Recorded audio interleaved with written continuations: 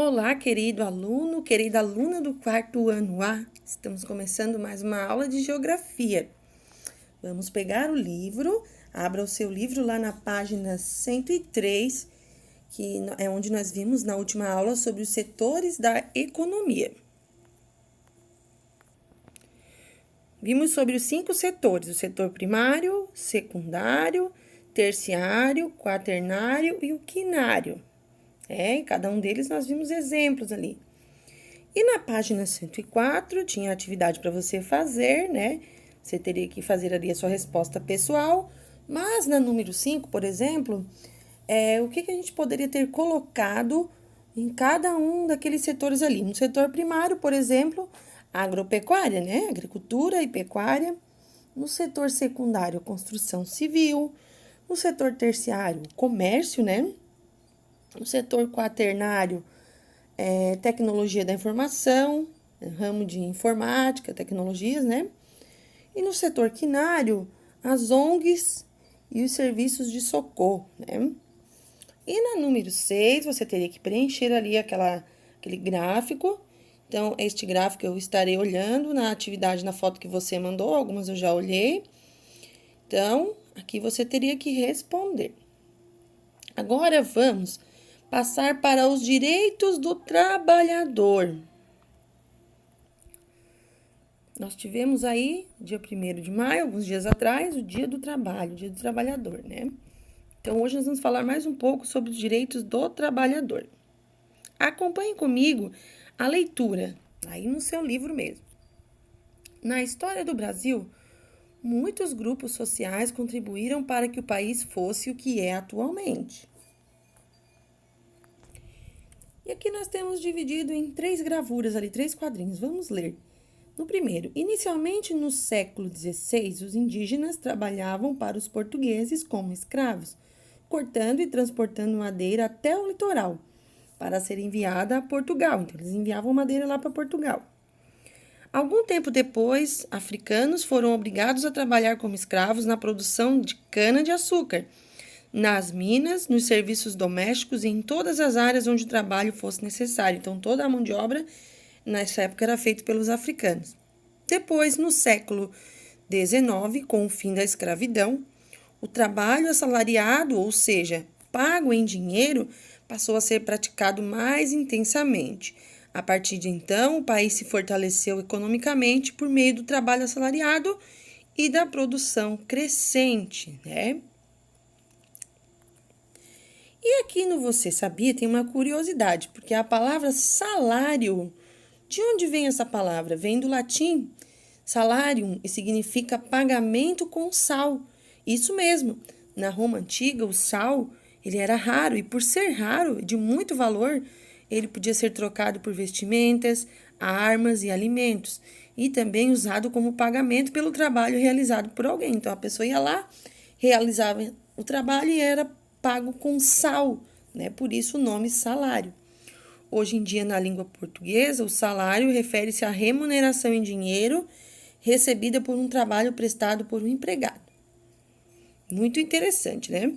Vou aqui no Trocando Ideias, você não precisa escrever, só para você pensar aí. Você gostaria de receber sal como pagamento recebido por um trabalho? Será que hoje em dia a pessoa vai trabalhar e gostaria de receber sal, 1 quilo de sal ou 5 quilos de sal por um trabalho? Você sabe quanto custa 1 quilo de sal hoje? Olha, eu acredito que o sal refinado deve estar aí em torno de R$ 2, 2 e um pouco, ou até menos, né? 3. Atualmente, que produto poderia ser usado como pagamento por um trabalho realizado? Ao invés do sal, que outro produto será que poderia ser usado para pagar um trabalho, né, ao invés do dinheiro? 4. Que vantagens o pagamento em dinheiro oferece ao trabalhador? Bom, a vantagem é que com o dinheiro ele pode comprar o que ele quiser, não é verdade? Com o sal ele não vai conseguir fazer muita coisa, né? Agora com o dinheiro ele pode se sustentar, comprar as coisas para a sua subsistência, né? Agora, observe na página 106 Lá em cima diz assim: leis em benefício do trabalhador. Hoje em dia, o trabalhador tem leis que beneficiam ele. Vamos ler. Até no final do século XIX, não havia no Brasil leis que regulamentassem o trabalho ou os direitos do trabalhador. Não existia nenhum tipo de lei. Tornou-se necessário, então, reclamar melhores salários e condições de trabalho, pois era comum que uma pessoa cumprisse uma jornada de até 12 horas de trabalho por dia, não ter férias, receber a quantia que o patrão achava justa, entre outras situações consideradas exploratórias. Então, surgiram essas leis para proteger o trabalhador. Somente a partir da Constituição de 1934, né, que foi quando foram surgindo essas leis, os trabalhadores brasileiros passaram a ter alguns direitos assegurados. Agora, preste atenção nos direitos do trabalhador. Direito a um salário mínimo, ele não pode receber menos do que aquela quantia X, porque o nome já diz, é um salário mínimo, né? Jornada de trabalho de 8 horas diárias, o repouso semanal, férias remuneradas, assistência médica e carteira de trabalho assinada. Então, ali tem o desenhozinho da carteira de trabalho. Todo profissional que ele trabalha para uma empresa, ele tem que ter a sua carteira de trabalho assinada pelo empregador. E aí vem a atividade 6. Entreviste um trabalhador e verifique quais leis da Constituição de 1934 ainda existem e mantêm asseguradas as condições de trabalho dos brasileiros. Utilize a ficha a seguir, depois compartilhe as respostas com seus colegas. Então, você vai compartilhar com a professora, né? Então, você vai colocar aí o nome. Pode ser o seu pai ou sua mãe? Pode ser. Ou se for alguém de fora também, melhor ainda. Pode ser quem você achar mais viável para você fazer essa entrevista. O nome do entrevistado, a profissão, né? E ali na letra A, você recebe pelo seu trabalho um salário mínimo, mais de um salário mínimo. Quantas horas você trabalha diariamente? Você tem direito a repouso semanal? Você tem férias remuneradas? Você tem direito à assistência médica? Você tem carteira de trabalho assinada por ser empregador? Então, tem todas essas perguntinhas.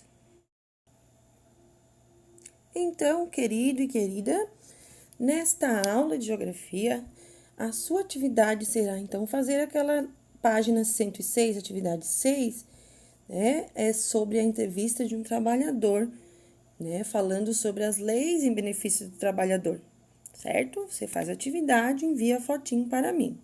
Tudo bem? Vou ficando por aqui nesta aula. Um grande abraço e fique com Deus!